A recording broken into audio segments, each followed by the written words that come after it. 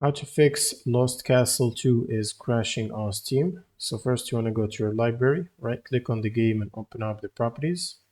Now in the launch options you will need to add -dx11 and then go to installed files and verify the game files.